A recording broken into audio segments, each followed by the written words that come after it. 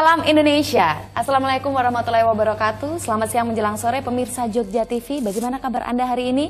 Pastikan untuk Anda yang akan melakukan mobiling atau mungkin beraktivitas di luar ruangan untuk tetap mengenakan masker atau untuk melindungi tubuh Anda karena tingkat hujan abu nih, debu abu masih cukup tinggi di sekitaran Yogyakarta, apalagi mungkin tadi di sekitaran Ring Road ya. Dan selama 1 jam ke depan kami akan menemani weekend Anda di Bincang hari ini bersama saya Dunia Putri. Dan untuk kali ini kita sudah kedatangan tamu yang spesial, mungkin lebih spesial daripada nasi goreng pakai telur ya. Selamat siang untuk Bapak Gojali, Bapak Haji Nur Ahmad Gojali MA. Ini selaku sekretaris dan juga mediator BP4 atau Badan Penasehat Pembinaan dan Pelestarian Perkawinan Provinsi Daerah Istimewa Yogyakarta. Selamat siang Bapak. Kemudian sudah hadir juga di sini bersama kita di studio ada Bapak Muhammad Tantowi atau Bapak Tantowi, ini dari Rifka Anissa. Selamat siang Bapak. Selamat siang Mbak Nia. Bagaimana nih kabarnya siang hari ini? Alhamdulillah, meskipun debu berterbangan kemana-mana tapi semangat tetap kuat ya. Wah, harus ya. Ya. Untuk penghapusan kekerasan terhadap perempuan tetap semangat. Tetap semangat untuk memperjuangkan ya. Tadi dari sekitaran mana Bapak? Kalau Bapak Gojali tadi perjalanannya dari mana? Dari Mandala Krida sampai sini. Dan debu abunya masih tinggi juga Pak ya? Kalau Pak Tantowi tadi? Pelan-pelan. Dari Wonosari Mbak. Oh, dari Wonosari. Dan di sana juga cukup tinggi ya? Iya, sama dengan Jogja ya. Oh ya, semoga segala sesuatunya jadi lebih baik ya. Untuk mendoakan juga bagi saudara kita yang ada di sekitaran Gunung Kelut, semoga semuanya jadi lebih baik untuk Yogyakarta, untuk Indonesia, dan untuk bumi sendiri pastinya ya. Dan di sini sudah hadir sekretaris dan mediator BP4, terus ada LSM juga Rifka Anissa. Ini tidak jauh dari apa yang akan kita perbincangkan, itu mengenai perempuan dan juga anak ya.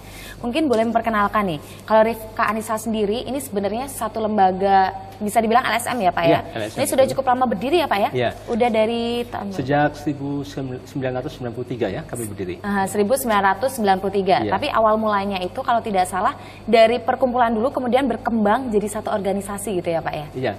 Awalnya hanya beberapa rekan-rekan perempuan ya pendiri dari Rifka Anissa membuat Yayasan Sakinah, hanya beberapa orang, baik ibu rumah tangga, aktivis, kemudian juga ada pengusaha yang merasa prihatin ya terhadap banyaknya kasus kekerasan dalam rumah tangga. Tapi belum ada saat itu lembaga-lembaga yang memberikan pendampingan bagi perempuan korban KDRT ini. Sehingga para pendiri Rifka Anissa terdorong untuk membuat lembaga yang namanya Rifka Anissa. Yang artinya adalah teman perempuan ya Pak? Sahabat perempuan. Sahabat perempuan ya. Tapi kayaknya sempat ada perubahan di tanggal 20 Mei ya 2005, itu perubahan dari apa sih, dari Yayasan organisasi? menjadi perkumpulan ya. Dan mungkin programnya juga jadi lebih banyak yang ditanggulangi oleh Rifka Anissa. Oke. Yang didirikan oleh para wanita-wanita luar biasa yang concern memperhatikan tentang pembelaan hak-hak asasi perempuan dan juga anak ya Pak ya. Tapi ini kan lembaga perempuan. Wah, kebetulan kenapa yang hadir ini Bapak di sini. Nanti kita akan jelaskan lebih lanjut juga. Dan untuk Bapak Nur Ahmad Gojali ya, sekretaris dan juga mediator BP4 Provinsi DIY. Mungkin bisa dijelaskan tentang BP4 atau Badan Penasehat Pembinaan dan Pelestarian Perkawinan itu sendiri dulu Pak. Ya, BP4 ini berdiri sejak sudah lama ini ya, 3 Januari 1960. Gitu ya. Jadi ini memang sudah lama dan perkembangannya mengalami sebuah ya pergulatan yang berat begitu ya di dalam perjuangannya. Jadi sejak tahun 1977 itu BP4 menjadi lembaga semi resmi. Jadi di bawah Kementerian Agama. Jadi pada waktu itu namanya Badan Penasehat Perkawinan Penyelesaian Perceraian. Jadi menangani masalah ya perceraian mereka yang terdapat konflik-konflik dalam rumah tangga, kemudian kita nasihati, kemudian kita arahkan bisa arahnya kepada kerukunan kembali keluarga, tapi juga kemudian kalau memang tidak bisa lagi kemudian diarahkan kepada pengadilan agama. Jadi pada waktu itu fokusnya memang pada penyelesaian perceraian. Nah, kemudian sejak Munas BP4 tahun 2009 di Jakarta ini, BP4 ini tidak menjadi semi resmi lagi. Kalau dulu di bawah Kementerian Agama, jadi kepala KUA itu ex officio, jadi itu langsung menjadi ketua BP4 kecamatan. Nah, kalau sekarang itu sejak 2009 Munas BP4 itu kemudian BP4 menjadi mitra mitra dari Kementerian Agama. Ya, jadi sebagai teman dari Kementerian Agama, sehingga tidak otomatis kepala KUA atau KASI di Kementerian Agama di kabupaten kota ataupun kepala bidang urusan agama Islam di provinsi itu menjadi ketua BP4, tidak otomatis. Sekarang ini bisa menjadi sekretaris, bisa menjadi ketua berapa itu, tapi tidak langsung menjadi ketua umum itu. Jadi menjadi mitra kerja dan bersifat mandiri dan profesional. Sekarang mandiri. Jadi tidak lagi di bawah Kementerian Agama. Oke. Itu dia. Dan berkaitan dengan apa yang akan kita bahas pada hari ini gitu, menilik faktanya sendiri ya, mungkin ke Bapak Tantowi ini ya, mungkin lebih memperhatikan lagi jumlah-jumlah fakta peningkatan terhadap kekerasan terhadap perempuan dan juga anak. Mungkin kalau tidak salah di tahun 2010 ke 2011 itu sempat mengalami penurunan, tapi kemudian meningkat signifikan tajam lagi di tahun 2012. Kalau melihat dari hasil sampai 2013 kemarin bagaimana Pak? Iya, untuk 2013 ini justru yang paling meningkat adalah kasus perkosaan terhadap anak ya. Jadi kami prihatin, ini justru perkosaan terhadap anak justru meningkat gitu. Artinya ini butuh keseriusan dari banyak pihak bagaimana anak-anak Indonesia itu dapat dilindungi dari kekerasan seksual gitu. Itu. Dan sebagian besar pelaku kekerasan terhadap anak ini atau perkosaan terhadap anak ini adalah dilakukan oleh orang-orang terdekat ya gitu. Nah ini yang justru kami juga prihatin, kenapa orang-orang yang seharusnya melindungi justru melakukan kekerasan terhadap anak-anak mereka gitu. Gitu. Ya, dan mungkin kekerasan seksual terhadap anak sendiri kan tidak hanya khusus pada anak perempuan gitu ya Pak. Dan apakah ini dari lembaga ya ini juga akan menangani kasus kekerasan seksual terhadap anak laki-laki juga gitu? Iya. Ketepatan untuk laki-laki yang menjadi korban kekerasan seksual dari anak-anak itu sudah ada lembaga sendiri yang namanya Lembaga Perlindungan Anak ya. Ada juga beberapa lembaga bantuan hukum yang lain yang juga dikhususkan untuk yang korban anak-anak laki-laki gitu. Jadi ketepatan Rifka Anissa sebagai sebuah pilihan ya, karena kita tidak mungkin bisa melakukan banyak hal gitu. Jadi harus ada pilihan-pilihan yang harus kita pilih gitu. Di antaranya Rifka Anissa hanya fokus pada perempuan yang menjadi korban kekerasan, gitu, bukan laki-laki. Gitu. Meskipun ada juga korban laki-laki yang mendukung kami, tapi kemudian kami rujukan kepada lembaga-lembaga lain. Jadi di dalam Rifka Anissa sendiri ini juga bekerja sama dengan lembaga-lembaga sosial yang lainnya juga yang bisa membantu ya. Oke, dan kalau program-program di Rifka Anissa sendiri ini Bapak ini ada apa saja gitu? Iya, tepatan kami ada beberapa divisi, di antaranya adalah divisi pendampingan. Jadi kami memberikan layanan konseling psikologis bagi korban dan juga layanan konseling hukum ya. Kami juga ada advokasi dan pengorganisasi masyarakat. Kami ada beberapa kegiatan, ada beberapa program, di antaranya adalah program Laki-Laki Peduli. Gitu. Laki-Laki Peduli terhadap peningkatan kesehatan ibu dan anak dan penghapusan kekerasan terhadap perempuan. Gitu. Dan ada beberapa divisi yang lain, di antaranya adalah divisi media dan research and training center. Jadi kami di Rifka Anissa sendiri itu berbagi peran. Jadi kami di satu divisi tidak bisa melakukan banyak hal, tapi kami harus saling bersinergi gitu. Karena kan kita ada keterbatasan SDM dan tentunya juga keterbatasan kapasitas ya. Jadi kita harus saling bekerja sama gitu. Oke, dan ini yang cukup menarik yang saya garis bawahi di sini gitu. Selain tadi kerjasama dengan lembaga sosial lain, mungkin juga yang bergerak di bidang kesehatan, juga justru mengajak pria sendiri untuk ikut berkecimpung di sini. Mungkin itu bisa dijelaskan lebih lanjut bagaimana Pak? Ya, jadi sejak tahun 2013 ini kami punya program Laki-Laki Peduli atau Mencare ya. Ada di Kabupaten Gunung Kidul dan Kabupaten Kulon Progo. Nah di Indonesia itu dilakukan oleh 3 lembaga, Rifka Anissa, PKB Jatim, dan PKB Lampung gitu.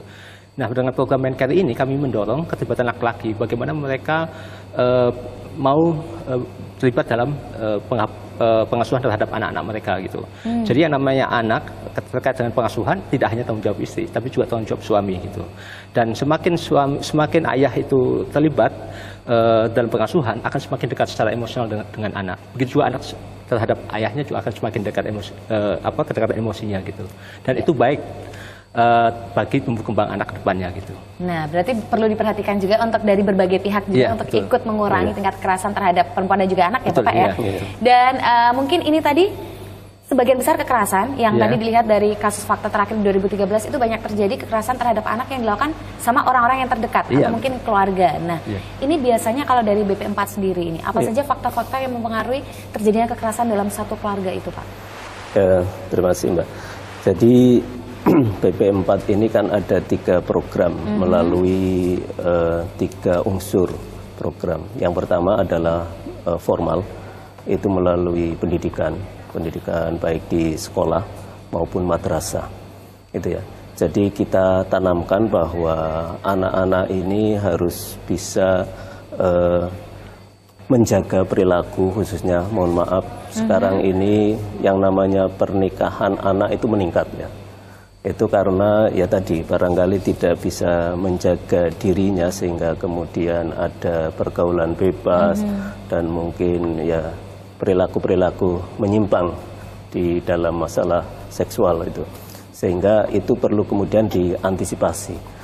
Nah, melalui program pendidikan di bidang pendidikan ini kita biasanya menyelenggarakan pendidikan pranikah itu di sekolah-sekolah. Baik itu di pelajar SMP ataupun madrasah sanawiyah ataupun di SMA, SMK maupun madrasah aliyah itu.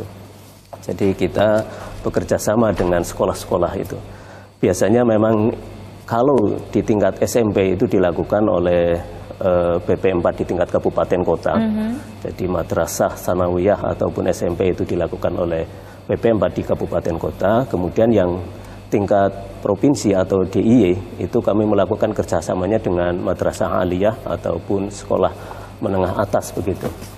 Nah, itu kita lakukan untuk antisipasi tadi terhadap kekerasan anak, kemudian juga perilaku seksual remaja yang menyimpang, dan ya problematika lainnya menyangkut kesehatan reproduksi. Itu upaya BP4 di bidang di lembaga yang formal.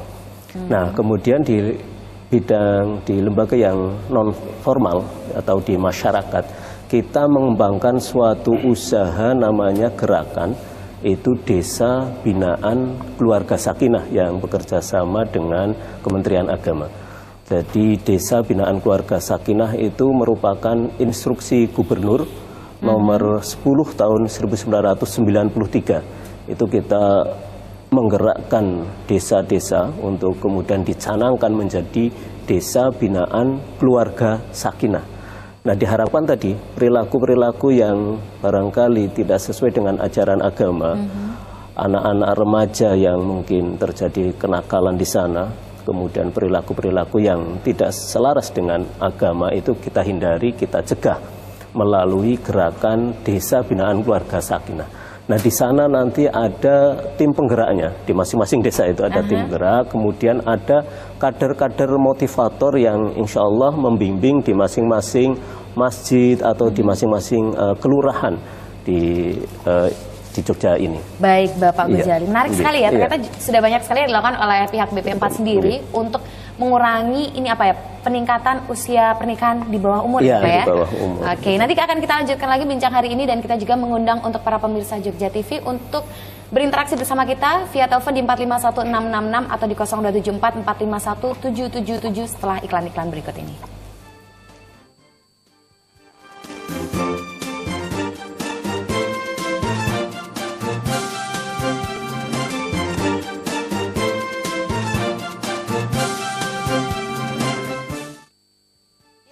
Bincang hari ini bersama saya Dinia Putri dan masih bicarakan tema tentang peran BP4 dalam pencegahan pernikahan usia anak di bawah umur ya Pak ya.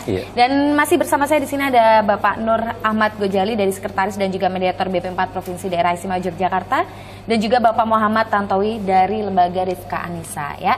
Kalau tadi sedikit kita review lagi apa saja yang sudah dilakukan BP4 sendiri untuk menanggulangi tingkat pernikahan usia di bawah umur ya, pernikahan anak usia dini. Itu salah satunya itu adalah prapendidikan pernikahan ya di lembaga-lembaga formal dan juga sekolah. Terus juga pembinaan desa juga ya Pak. Selain itu ada apa lagi Pak? Jadi di samping ada formal kemudian non formal, kita juga melakukan upaya-upaya informal, yaitu di dalam keluarga. Nah, di dalam keluarga ini bagi mereka-mereka yang akan melakukan pernikahan, khususnya bagi calon manten, kita ada yang namanya kursus pranikah. Itu sesuai peraturan Dirjen nomor 542. Jadi bagi mereka yang akan menikah itu diwajibkan untuk mengikuti kursus pranikah. Jadi kursus pranikah ini diselenggarakan oleh lembaga-lembaga penyelenggara kursus yang bekerja sama dengan kantor urusan agama. Itu menurut peraturan Dirjennya seperti itu, bahwa ketika mau menikah itu melewati yang namanya pembekalan suscaten ataupun kursus pranikah ini. Jadi kursus pranikah ini tidak hanya berbekal agama saja. Jadi materi-materinya itu tidak hanya materi masalah agama, tapi juga diberikan materi-materi yang lain, masalah pendidikan reproduksi gitu. Kemudian juga masalah psikologi itu. Kemudian bekerja sama juga dengan puskesmas, itu masalah kesehatan ketika nanti sudah menikah, bagaimana cara mengasuh anak, dan kemudian dalam hal keluarganya bagaimana menjaga kesehatan dalam keluarga. Di samping itu ada juga pemateri yang lain, itu biasanya dari BKKBN, itu Badan Kependudukan dan Keluarga Berencana itu. Jadi itu memberikan pengetahuan bagaimana cara agar berkeluarga yang direncanakan gitu ya, melalui manajemen keluarga yang baik. Itu yang kita lakukan melalui kursus pranikah itu. Jadi kursus pranikah ini dilakukan di KUA, di kantor urusan agama kecamatan. Memang ini kita agak mengalami kesulitan karena lembaga BP4 ini kan sudah mandiri, tapi kita masih ada di KUA tersebut, kantornya masih mengatur bersama teman-teman di kantor urusan agama, sehingga ya pelaksanaan untuk pendidikan pranikah itu berada di KUA itu.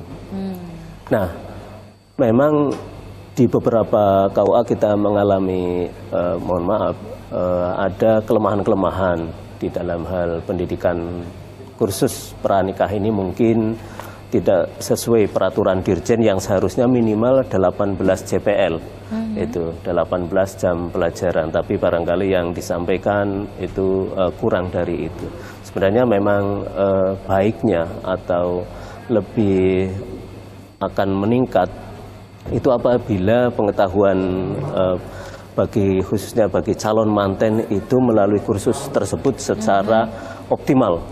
Jadi kalau di Malaysia itu pendidikan pranikah itu sampai 3 bulan gitu ya. Jadi memang di sana sangat efektif sekali melakukan usaha-usaha memberikan pembekalan bagi calon manten. Nah, kita itu kadang, mohon maaf, ketika 1 hari pelaksanaan kursus pranikah saja kadang, mohon maaf, mantennya mungkin kesibukan kerja, kesibukan harus mengurus cuti dan lain sebagainya, sehingga kadang memang tidak efektif sesuai peraturan Dirjen Bimas Islam itu. Oh, begitu. Ya. Nah, kemudian untuk Bapak Tantowi dulu nih. Tadi ada kecenderungan bahwa salah satu faktor kekerasan terhadap anak atau perempuan itu adalah pernikahan itu sendiri yang di bawah usia yang ditentukan. Usia yang ditentukan itu usia 20 ya kalau untuk perempuan ya? Benar Bapak? Jadi untuk pernikahan itu memang di dalam Undang-Undang Perkawinan nomor 1 tahun 74 minimal bagi perempuan 16 tahun. Oh, 16. Kemudian laki-laki 19 tahun. 19 tahun. Tapi kesemuanya itu kalau di bawah 21 tahun itu harus ada izin orang tua. Oh, ya, begitu. Nah, harus ada izin orang tua. Ya. Berarti Bapak Tantowi sebenarnya faktor apa saja yang membuat nih pernikahan di bawah usia yang ditentukan itu tadi akhirnya menimbulkan meningkatnya kekerasan terhadap anak dan juga perempuan? Biasanya faktor-faktor apa saja? Ya. Sebelum saya bicara tentang apa yang mengarah ke sana ya, kalau mengacu pada Undang-Undang Perlindungan Anak, jadi yang disebut anak itu kan yang di bawah usia 18 tahun ya. Artinya kalau ada anak-anak yang menikah di bawah itu, berarti sebenarnya secara emosi, secara fisik maupun secara sosial itu belum matang. Ini kalau kita merujuk pada Undang-Undang Perlindungan Anak ya. Dan kalau itu menjadi referensi, artinya kalau ada anak-anak yang menikah di bawah usia itu, tentu karena secara emosi belum matang, itu akan menimbulkan banyak konflik ya, dan itu akan berpotensi pada timbulnya kekerasan dalam rumah tangga. Ya, termasuk juga pernikahan usia anak itu juga akan menimbulkan pada banyaknya anak-anak yang putus sekolah. Kemudian juga banyak keluarga-keluarga miskin ya. Meskipun ada juga yang kemudian karena warisan dari orang tuanya atau dibiayai oleh orang tuanya kemudian cukup mampu ya. Tapi beberapa kasus itu anak-anak yang menikah di usia dini itu karena secara ekonomi belum mapan, akhirnya kemudian mengikut pada orang tuanya gitu. Dan ini kan kemudian menimbulkan kemiskinan ya. Nah, menurut saya itu yang harus dicegah gitu. Siapa yang perlu melakukan? Saya semua lapisan masyarakat dan juga pemerintah tentunya, karena yang punya kewajiban adalah pemerintah. Dan masyarakat tentunya juga harus terlibat juga. Itu mendorong, mencegah bagaimana supaya angka pernikahan usia anak itu ditekan semaksimal mungkin gitu. Nah, kita prihatin misalnya pada tahun 2010 itu sensus kependudukan tahun 2010 itu Badan Pusat Statistik Indonesia itu mencatat bahwa hampir 12% dari total keseluruhan perempuan itu pernah menikah pertama kali di usia 16 sampai 18 tahun gitu. Ya. Itu. Dan bahkan itu meningkat pun di tahun 2011 dan juga 2012 ya. Iya, itu. Nah, itu kan menurut saya perlu segera harus ada suatu program yang strategis yang dilakukan untuk pencegahan pernikahan usia anak ini. Dan kami Rifka Anissa itu berkomitmen, salah satunya kita bekerja sama dengan rekan-rekan BP4 itu. Salah satunya misalnya di daerah Gedang Sari ya. Kita bersama-sama dengan Musbika di Kecamatan Gedang Sari itu membuat MOU bersama terkait dengan pencegahan pernikahan usia anak. Dan insya Allah pada tanggal 5 Maret depan, Rifka Anissa dan juga KUA Gedang Sari dan juga Musbika Kecamatan itu akan menandatangani MOU dengan semua dukuh-dukuh di Kecamatan Gedang Sari untuk bersama-sama mencegah pernikahan usia anak gitu. Nah, itu yang strategi yang terus kita lakukan gitu. Sehingga kasus KDRT itu bisa ditekan, salah satunya dengan meminimalisir angka pernikahan usia anak gitu. Kami juga melakukan program di sekolah-sekolah, kita sosialisasi ke siswa-siswi, ke beberapa sekolah-sekolah baik tingkat SMP maupun SMA tentang kesehatan reproduksi dan juga pentingnya pernikahan usia dini itu, pernikahan usia anak. Ya, berarti dibutuhkan komitmen juga dari pemerintah setempat juga untuk membantu ya. Alhamdulillah BP4 DIY cukup responsif ya, termasuk insya Allah dalam waktu dekat kami sedang menginisiasi pembuatan pergub ya tentang pendidikan pranikah ya, sama Pak Ghazali juga dan timnya gitu. Insya Allah mudah-mudahan ini lancar dan sehingga harapan kami ini membantu ya pemerintah dan juga masyarakat dalam hal pencegahan pernikahan usia anak ini. Nah, kalau tadi sudah ada kerjasama antara BP4 dan juga Rifka Anissa nih dalam rangka untuk memberikan pendidikan pranikah kepada khususnya mungkin remaja di sini ya, sasarannya remaja dan juga pemuda-pemudi, mungkin bisa nggak kalau dari lembaga luar nih, pihak-pihak misalnya dari universitas yang ingin belajar tentang bagaimana pendidikan pranikah untuk kembali menyebarkan tentang pendidikan pranikah itu ke teman-temannya, ke rekan-rekannya, itu bisa nggak, ada kemungkinan nggak untuk dari luar, mitra luar untuk ikut bekerja sama untuk belajar di sini? Mungkin dari BP4 atau? Oh ya. Sebenarnya untuk penyelenggara kursus pranikah itu memang tidak diharuskan dari BP4. Itu. Jadi BP4 salah satu penyelenggara kursus pranikah.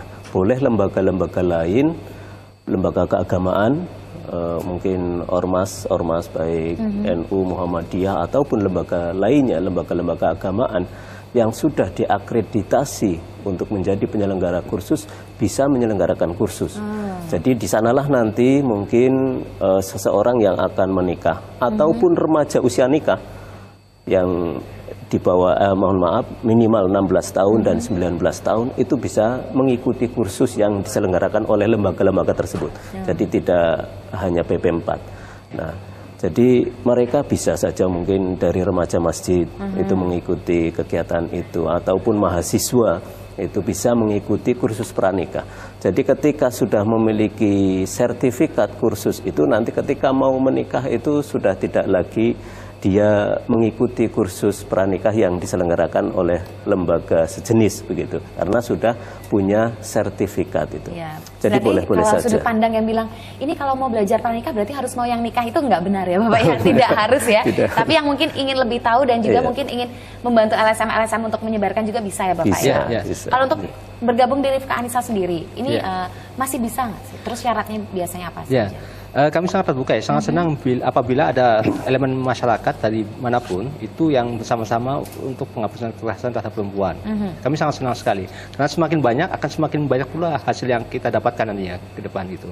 Dan termasuk juga Rifka terbuka ya, terbuka untuk kepada masyarakat untuk terlibat di Rifka Anissa. Jadi kami juga waktu-waktu kami juga membuka program relawan ya, baik di divisi media, divisi pengorganisasi masyarakat dan advokasi, divisi pendampingan, divisi internal dan lain sebagainya itu. Nah, kami sangat terbuka, sangat senang sekali kalau misalnya ada mahasiswa ya yang mau belajar, mau magang di Rifka Anissa. Jadi banyak ya teman-teman mahasiswa baik dari NTT, dari UGM, dari UIN itu yang magang ke Rifka Anissa gitu. Dan kami sangat senang karena semakin banyak yang magang, banyak yang belajar ke Rifka Anissa, artinya semakin banyak pula masyarakat yang peduli dan mau bersama-sama melakukan penghapusan kekerasan terhadap perempuan. Salah satunya adalah untuk pernikahan usia anak ini. Gitu. Oke, itu dia. Dan saat lagi kita akan kembali jeda iklan dan kami mengundang kembali kepada Anda untuk yang ingin bertanya atau mungkin berinteraksi langsung dengan para narasumber kami di sini, silahkan menghubungi 451666 atau di 0274451777. Tetap di Bincang Hari Ini.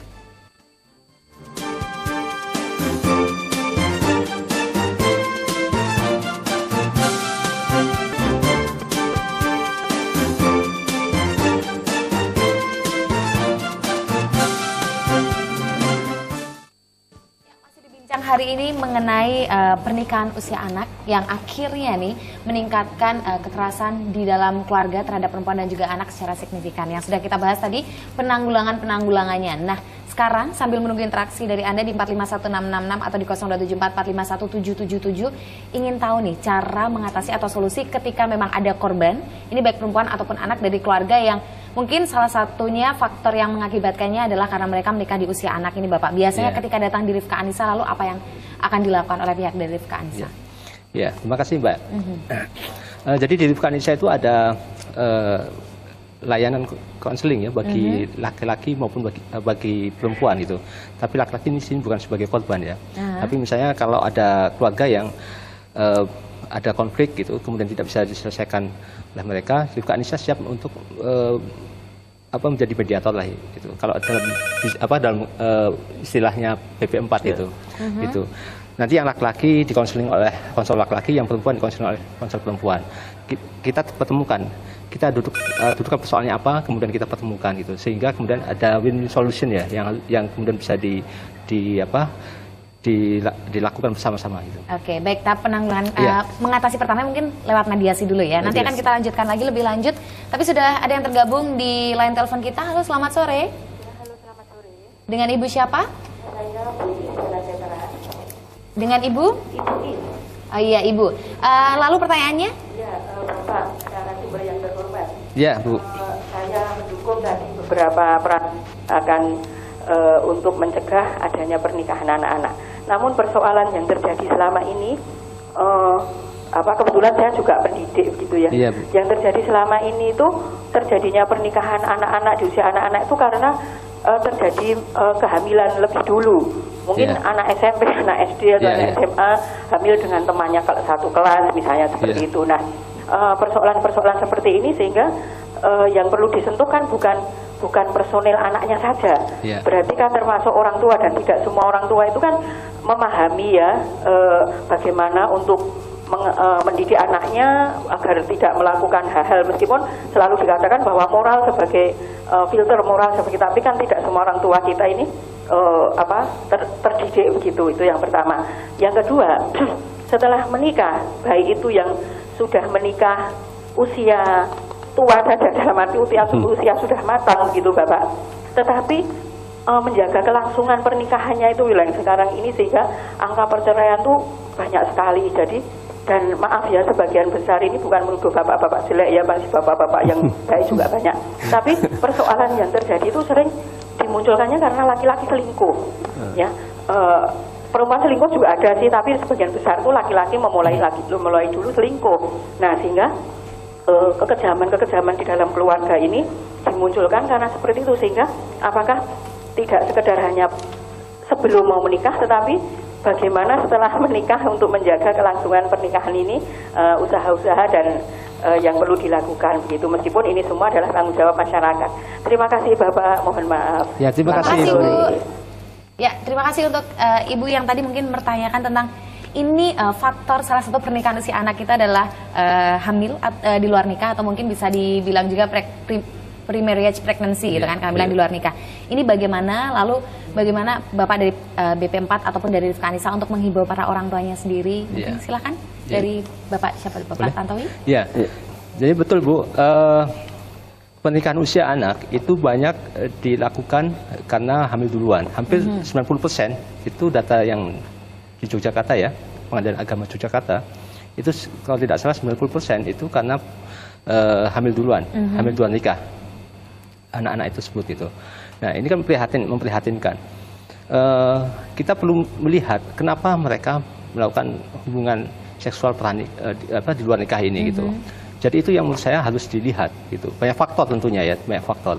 Di antaranya adalah lemahnya pengasuhan orang tua terhadap anak-anak mereka gitu.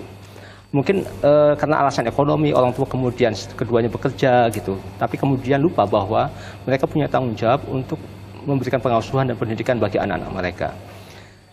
Perlu diketahui bahwa anak itu tidak hanya cukup diberikan materi ya, diberikan uang jajan, dikasih makan, dan kasih mungkin beli motor dan sebagainya, sepeda gitu. Tapi anak juga butuh kasih sayang gitu. Anak itu butuh yang namanya kedekatan emosi antara orang tua dengan mereka gitu. Nah itu mungkin beberapa yang dilupakan oleh sebagian orang tua kita gitu. Sehingga anak-anak kemudian mencari pengalihan, mencari kasih sayang kepada orang lain yang bisa jadi itu pacarnya sendiri atau orang-orang yang sebenarnya punya etikat buruk terhadap dia melalui memberikan perhatian, tapi kemudian ujung-ujungnya adalah bagaimana dia bisa mengeksploitasi secara seksual terhadap perempuan ini gitu. Nah itu yang saya pikir juga perlu perhatian orang tua, termasuk juga pihak sekolah mungkin terkait dengan HP misalnya. Itu harus diberikan semacam peraturan ya terkait dengan penggunaan HP di sekolah misalnya gitu.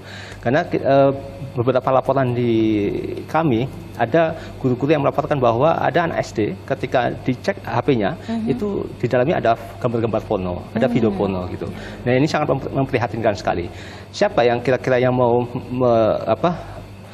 melihat HP masing-masing anak ini gitu, di samping orang tua, saya pikir guru juga bisa melakukan itu gitu, sehingga kita bisa mengantisipasi bagaimana supaya anak-anak ini tidak salah jalan gitu, termasuk juga keberadaan warnet ini. Tolong saya menghimbau kepada para pengusaha warnet gitu, baiklah persoalan ekonomi itu penting gitu, tapi jangan lupa bahwa moral bagi anak-anak juga sangat penting. Dalam hal misalnya warnet, tolong bilik-bilik warnet itu jangan terlalu tinggi gitu. Ya cukuplah misalnya setengah meter kayak itu. Yang penting kan privasi masing-masing pengguna warnet itu terjaga. Tapi jangan sampai kemudian bilik warnet kemudian disalahgunakan oleh anak-anak. Dan itu masih banyak sekali laporan-laporan pengaduan ke kami yang mengatakan bahwa ada beberapa warnet yang sering digunakan untuk mesum anak-anak yang masih pelajar itu, baik SMP maupun SMA gitu. Dan saya pribadi sering menemukan itu gitu. Dan itu menurut saya perlu ketegasan juga bagi dinas, entah itu dinas pariwisata, entah itu dinas informasi dan apa gitu, kalau di masing-masing kabupaten berbeda ya. Dibuat SOP gitu. SOP terkait dengan bilik-bilik warnet gitu. Itu menurut saya harus tegas itu. Kalau nggak tegas, kasihan anak-anak kita. Mereka sudah salah sasaran karena tidak ada perhatian baik dari orang tua, dari sebagian sekolah misalnya, dari sebagian aparat pemerintah. Kemudian ketika sudah terjadi kehamilan itu, kemudian menikah, itu kemudian mereka yang disalahkan itu.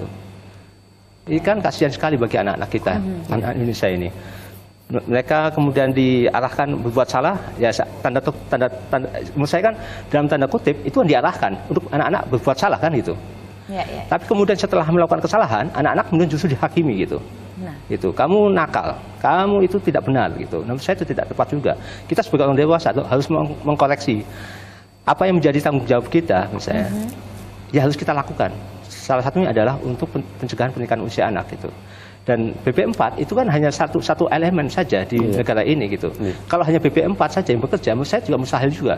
Ada banyak pihak-pihak yang harus juga terlibat. Misalnya untuk pencegahan tadi misalnya, ada dinas pariwisata, kemudian ada sekolahan, ada dinas pendidikan, kemudian tokoh agama, tokoh masyarakat, termasuk tokoh agama menurut saya juga perlu keterlibatan mereka. Dan mungkin termasuk dinas teknologi informatika juga. Betul, ya. itu ya. Misalnya untuk pengajian-pengajian, tema-tema terkait remaja itu jangan sekali disentuh ya. Karena mungkin masih banyak yang berpikiran masih tabu untuk membahas ini secara terbuka gitu ya Bapak ya? Ya, menurut saya tidak harus misalnya hal-hal yang mendekati ketabuan misalnya. Misalnya hal-hal yang terkait dengan persoalan-persoalan remaja misalnya, relasi antar pasangan misalnya, gitu, antar teman dan sebagainya, itu dibahas. Misalnya pengajian-pengajian di RT misalnya, atau di pengajian di dusun misalnya, itu jarang sekali ada pengajian untuk remaja-remaja itu. Yang ada kan pengajian ibu-ibu, pengajian bapak-bapak, sehingga yang mendapatkan nilai-nilai spiritualitas keagamaan itu kan hanya orang-orang dewasa. Sementara anak-anak tidak mendapatkan itu. Sementara di sekolah juga pendidikan akhlak juga berkurang kan itu. Ya. Di sekolah berkurang, di rumah juga kurang perhatian dari orang tua, kemudian di kampung juga tidak pernah mendapatkan nilai-nilai moral. Kemudian anak-anak dikasih HP yang sangat canggih gitu, bisa mengakses, mendownload gambar porno dan sebagainya, sehingga kemudian anak-anak ya udah, menurut saya kemudian berpulang sekali kemudian melakukan hal-hal yang tidak baik itu gitu. Jadi sekali lagi diperlukan peran dari berbagai pihak ya. Iya, dan termasuk salah satu mungkin yang saya garis bawahi selain tadi teknologi informasi yang berkembang yang juga cenderung meningkatkan pernikahan usia anak, itu adalah kedekatan emosi. Ini untuk kedekatan emosi itu yang cenderung susah karena antara mungkin orang tua dan anak ada jarak usia yang mempengaruhi juga. Nah, bagaimana untuk membuat kedekatan emosi di keluarga itu sendiri? Tips-tipsnya nih. Jadi sebagai orang tua itu tidak hanya dia sebagai orang tua, tapi juga bisa menjadi teman ya, menjadi sahabat gitu. Termasuk juga ayah. Jadi yang untuk pengasuhan terhadap anak itu tidak hanya tanggung jawab istri, tanggung jawab ibu dalam hal ini, tapi juga tanggung jawab ayah juga gitu. Karena anak itu tidak hanya butuh kedekatan emosi dengan ibunya, tapi juga kedekatan emosi dengan ayahnya gitu. Penelitian di Tangerang, di Lapas Tangerang itu hampir 78% anak-anak yang bermasalah yang masuk ke LP Tangerang itu bermasalah karena mereka mengalami ketidakintiman dengan ayah mereka gitu. Gitu. Sehingga mereka kemudian melakukan kekerasan-kekerasan entah itu kepada dirinya sendiri maupun kepada orang lain gitu. 78% itu penelitian dari kawan-kawan di UI ya, Universitas Indonesia Jakarta itu. Jadi nggak semuanya itu faktor eksternal, tapi ada juga beberapa sebenarnya faktor internal yang sebenarnya malah justru kurang diperhatikan ya. Iya betul ya. Nah menurut saya sebagai ayah itu dia sebagai sebagai orang yang melahirkan anak-anak ini, tapi juga bisa juga menjadi sebagai teman juga gitu. Sebagai teman, sebagai sahabat, sebagai teman bermain gitu. Jadi jangan sungkan misalnya kalau ada anak-anak usia 2 tahun ngajak bermain petak umpet dan sebagainya, ya dilakukan aja gitu.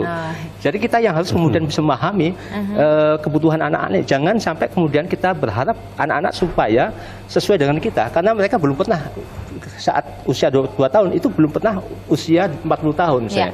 Tapi kita itu pernah di usia 2 tahun.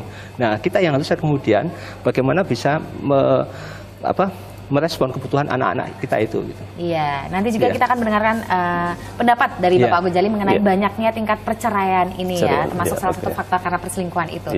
Dan kita akan melanjutkan percakapan bincang hari ini, tetap di bincang hari ini setelah jeda berikut ini.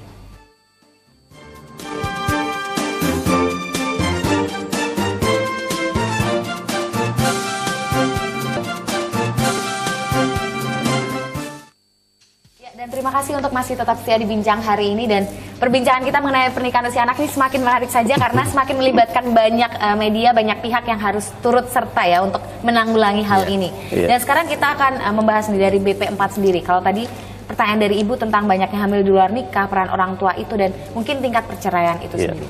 Terima kasih. Memang ini menjadi keprihatinan kita bersama bahwa di data kami pernikahan di bawah umur atau pernikahan usia dini atau bahasa sekarang memang pernikahan usia anak, karena memang mereka menikah pada usia anak di bawah 18 tahun. Itu mengalami peningkatan. Tahun 2013 terakhir ini itu ada 410 yang menikah di bawah umur. Nah, keprihatinan kita memang dari apa yang disampaikan Mas Tantowi bahwa 90% itu kalau dalam bahasa orang menyebut MBA, marriage by accident atau pemilu. Mohon maaf, pernikahan hamil dulu. Saya malah baru tahu ini, Pak. Ya, jadi itu mohon maaf sekali karena memang mereka ya ada teknologi-teknologi yang barangkali memang sekarang itu perlu ada upaya-upaya bagaimana mencegah anak-anak itu tidak terbawa emosi, terbawa nafsu sehingga kemudian terjadilah hal-hal yang tidak diinginkan. Akhirnya ada kehamilan tidak dikehendaki, KTT begitu ya. Kemudian adanya ya anak-anak yang harus terpaksa menikah gitu. Nah, itu kita mengalami keprihatinan seperti itu. Nah, ini kita sudah berupaya sebenarnya tadi melalui berbagai jalur itu, baik jalur formal, kemudian informal maupun non formal, itu kita usahakan agar pernikahan usia anak ini mengalami penurunan. Tapi memang betul usaha-usaha ini tidak harus sendiri. Ini PP4 saya yakin tidak bisa sendiri untuk mencegah adanya pernikahan usia anak ini. Dibantu di sekolah, kemudian di pondok pesantren, di masjid-masjid, itu harus kita galakkan. Dan melalui insya Allah program Desa Binaan Keluarga Sakinah kita tekankan juga itu bahwa pernikahan usia anak ini akan membawa dampak tadi bahwa keluarga yang tidak dipersiapkan sedini mungkin, dipersiapkan sematang mungkin, itu akan membawa kepada perceraian. Ya, nah, oke, kita skip dulu ya, nanti kita lanjutkan lagi. Sudah ada di line telepon kita, bersama kita ada Bapak Darmadi. Halo. Halo, selamat sore Pak. Untuk masalah usia anak-anak ini. Iya, Bapak boleh diulang lagi? Halo? Ya, halo. Menurut kami ini masalah yang serius ini. Tidak bisa kita hanya berbincang-bincang tanpa follow up ini. Karena bangsa kita ini adalah bangsa yang tidak terlambat melakukan sikap terhadap faktor-faktor global. Kita menyambut faktor-faktor global, apakah itu warnet, HP, segala macam, itu kita terlambat memberikan jawaban di situ. Ya. Yang berikutnya, yang kita baca di media, maaf sekali lagi, yang kita perlu lihat bahwa siapa yang melecehkan anak-anak itu, kita perhatikan aja. Juga ini merupakan satu keprihatinan bangsa. Guru misalnya, banyak yang melecehkan anak-anaknya sendiri, anak didik. Bahkan kepala sekolah juga melecehkan anak didiknya. Di faktor agama hampir sama, maaf Pak. Ya, banyak juga tokoh-tokoh agama yang kurang agama pada murid-muridnya, kemudian juga terjadi pelecehan seksual. Ini suatu dilema. Menurut saya tiada yang lain. Faktornya dikepulangkan kepada orang tua. Orang tua harus mampu memberikan rasa tanggung jawab terhadap anak-anaknya, baik laki-laki dan perempuan, bertanggung jawab terhadap dirinya. Ini penekanannya di situ. Tidak ada lagi yang bisa kita serahkan sekarang ini. Ini sangat memprihatinkan bangsa kita. Jadi hal ini merupakan satu hal yang serius yang harus disikapi dari beberapa sektor. Apakah Diknas, apakah agama, apakah itu BP4, itu segala macam itu harus terkumulasi, dan ini suatu gerakan yang serempak. Tidak boleh main-main lagi dengan masalah ini. Karena generasi muda adalah generasi bangsa ini ke depan. Apa yang mau diharapkan kalau misalnya generasi muda sudah semacam ini? Terima kasih. Ya, terima kasih Bapak Darmadi. Mungkin intinya adalah sekali lagi mengingatkan bahwa ini memerlukan berbagai pihak untuk memperhatikannya bersama ya Pak ya. Iya, betul. Nah, mungkin kalau menanggapi Bapak Darmadi itu tadi, mungkin ada yang ingin ditambahkan Pak dari BP4 sendiri gitu. Ketika misalnya banyak pihak-pihak yang harusnya ini mendidik anak-anaknya untuk lebih baik, tapi justru menyalahgunakan posisinya itu. Mungkin dari Bapak sendiri bagaimana? Mungkin ada untuk pemirsa Jogja TV yang masih di usia remaja bisa datang kemana, ke BP4 itu kemana, bisa langsung menemui siapa untuk mencurahkan permasalahannya? Iya, terima kasih. Jadi saya sependapat dengan Pak Darmadi ya, ini bahwa upaya-upaya ini harus dilakukan oleh berbagai pihak, gitu. Makanya kami bersama Rifka Anissa dan teman-teman di BKKBN, Dinas Kesehatan dan yang lainnya itu berupaya bahwa peraturan Dirjen Bimas Islam tentang kursus pranikah ini harus kemudian diturunkan, kemudian diimplementasikan itu di masing-masing provinsi, masing-masing kabupaten, syukur di masing-masing desa. Yaitu melalui insya Allah kita coba dengan peraturan gubernur supaya benar-benar ada upaya-upaya yang benar-benar maksimal dalam hal ini. Bagi mereka yang akan memasuki jenjang pernikahan itu sudah paham dengan apa yang harus diperbuat ketika mereka menikah. Kemudian melalui usia yang lama kan, Yang namanya pernikahan ini kan sebenarnya usianya lama. Ada pernikahan sampai 50 tahun, ada 40 tahun dan lain sebagainya itu. Maka perlu ada bekal yang cukup. Nah, selama ini memang dengan peraturan yang belum maksimal, belum efektif itu, mereka yang mendapatkan kursus itu hanya sebentar saja, mungkin hanya 1 hari, itu pun tidak maksimal, dan materinya mungkin hanya berbekal agama saja, sementara pembekalan masalah ekonomi, masalah kesehatan, masalah pendidikan itu belum dia dapatkan.